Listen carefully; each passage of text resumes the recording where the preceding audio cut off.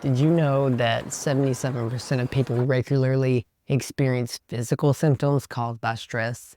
And only 36% of men who experience stress or mental health issues actually seek help. So chances are you click this video with stress on your mind or in your body. And if you know how overwhelming that feels, today I want to share a personal story with you and some powerful strategies that are going to help you find your peace amidst the storms, amidst the chaos. So stick around, because by the end of today's video, you'll have a toolbox full of practical tips to conquer stress and live a more peaceful and fulfilling and purpose-driven life. Welcome back. It's day 7 of the July Creator Challenge, and we're doing a video a day for the whole month of July, and we're a week in. Going to lean into the fact that this is pretty stressful.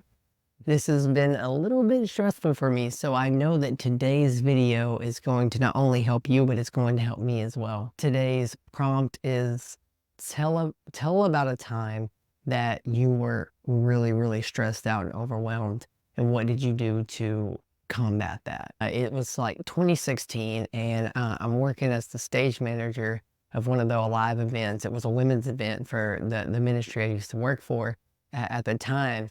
And we spent months and months leading up to this day. It's honestly like one of our biggest events of the year. So we're spending a lot of prep time and planning and meetings. And I created all the media, that's special videos, graphics, music, playlists, content. And over that time, it's super overwhelming, super stressful, very easy to get bogged down with the stress of the workload and all that is coming. And with that, it's the day before the event. We go in the morning before the 2-day event, and we set up everything. And we were at this venue in Fort Worth. And I mean, we spent the whole entire day setting up lights. We set up audio. We set up the drum set for the worship team that was a part of the event. And at the end of that full day, I finally get to my room. It's super late. There was some complications even with getting into my room, because there was some issues with the name it was under. And just to say, it was an extremely overwhelming, stressful event. And I get to the end of that day, and it's before the event has even started. And I take a shower, and I'm in my room all alone, and I'm getting out of my shower, and boom, my head hit the floor. I fell out of the shower, and I panicked even more because I was alone in my room. I wasn't near my phone. I was worried something was going to be wrong with me. Thank Jesus, nothing was wrong with me. But I will say that that was really a wake-up call for me, because I had spent so much of my effort and so much of my time stressing and being overwhelmed and anxious over this event, just hoping it would go right. And unfortunately, I would love to say that moment before the event made that event go better. But I hate to say, it was the first time I've been a part of this event, so I really felt the pressure to perform. And at the time, I really found all of my identity, all of my significance and worth into performing at my job and excelling at my job. So the smallest of errors was just crushing to me. It literally crushed. And I look back at that time, and I'm really like, wow, I'm so glad that I am much more healthier than I am mentally and spiritually and emotionally than I was back then. And with that, the tools I would have told myself back then are tools that I want to share with you today. See, stress is our body's response to any demanding or challenging issue that faces us. While a little bit of stress, and there's even good stress that can be applied to our body and motivating, chronic stress can be harmful for our physical, emotional, and spiritual health.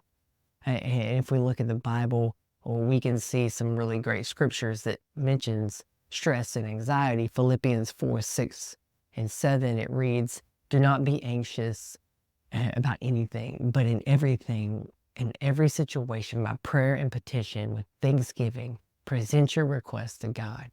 And the peace of God, which transcends all understanding, will guard your heart and your mind in Christ Jesus." This verse reminds me that we're not alone in this, and that there's peace to be found within. And our peace, the Prince of Peace, wants to give us peace of mind. And I feel like that's such an important place to start in today's conversation, But I also want to give you some practical strategies to explore.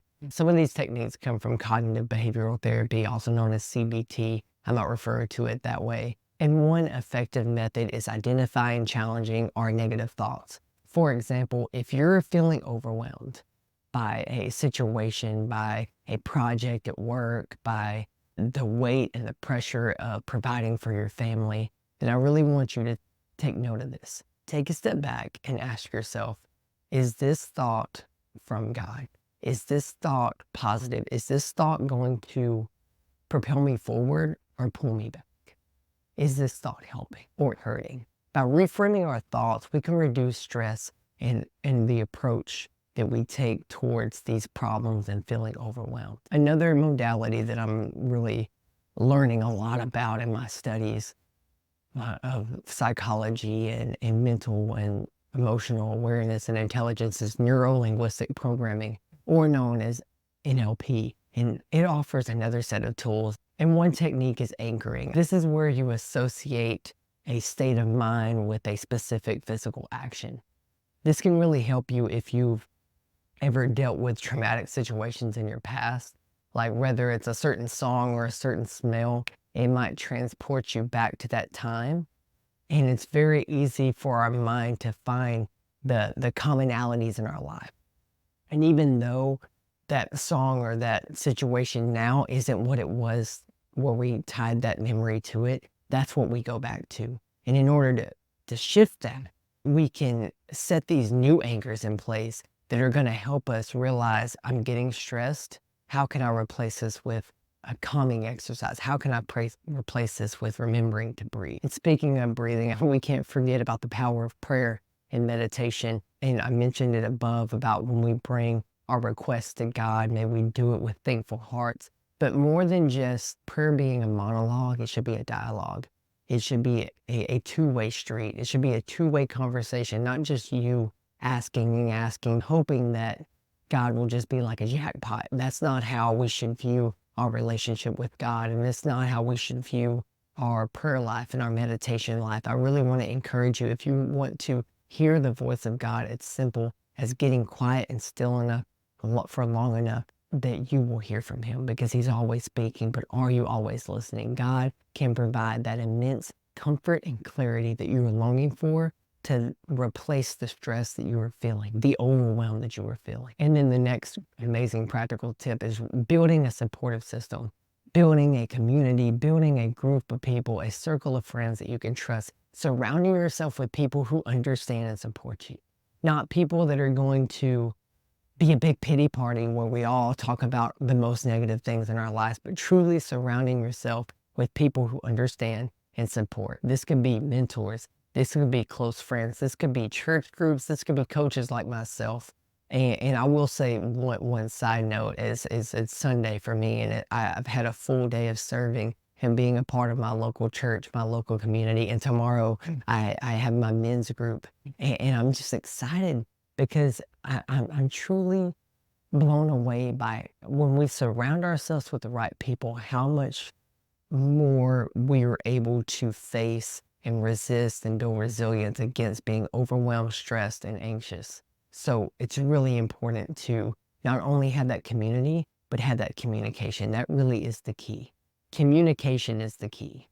These points are really simple and really straightforward. It's identifying the negative thoughts and reframing them in a way that can be positive. It's anchoring. It's finding a physical or mental or emotional way that you can bring yourself back, whether that's a snap, and that snap over time you associate it with you bringing yourself back into the present, bringing yourself back into the now. Those two things are amazing tips. And if those are some things that you have trouble with, then that's where my coaching really could come in, because it's that one-on-one tailor-made solutions for you. I really help you as a client dive into identifying those thoughts and also identifying ways that you can anchor, as well as those biblical principles that we mentioned. And it goes back to that support system, having the right support system in place. But ultimately, you can have those small things that help you with your stress. I've mentioned it before. I like to incorporate micro rest in my day. I like to incorporate non-negotiables, because for me, working out gives me the endorphins. It gives me the dopamine. It gives me the things that get me recharged and refilled and staying prepared for when stressful situations arise. Or I even look at cold plunging. I'm a very big proponent of cold plunging. That's another amazing tip and trick that you can use. And if you don't have a cold plunge, you don't have to go out and spend thousands of dollars on one. It's great if you can, and I'm definitely planning for my future one to do my upgrade. But if you don't have that, then I even encourage you, just start with a cold shower. If you wake up and the first thing you do is hit a cold shower, it will suck.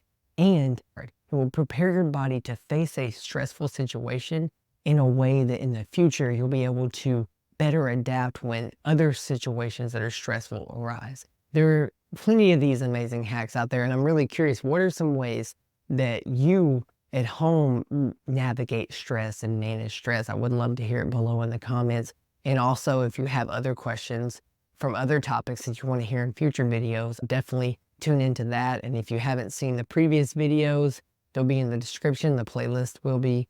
And I definitely encourage you hit the subscribe button and the bell so you will be the first to be notified when I post these. I want to really encourage you with the fact that you're not alone in this, friend. And if you feel alone in this, then I want you to feel like you can come to me. Like you can come to the community that's in this group, in this comment section. You can come to the community. Ultimately, you can come to me. If you feel alone and overwhelmed and stressed, I'm here for you. I see you. I'm with you. And I've probably been exactly where you've been. And some of the people in our group have probably been exactly where you've been. So I strongly encourage you, get involved in this community. That's probably the number one way you can conquer and overcome this stress, next to having a relationship with Jesus. But as some of you know, obviously, how Jesus really can change everything. And with that said, I'm excited for tomorrow's video. And I thank you again for all your support and all your comments and all your engagement, because we really are doing this together, and we're really going to the next level. We're really becoming better than best in the areas of life that matter most. And I'll see you in tomorrow's video.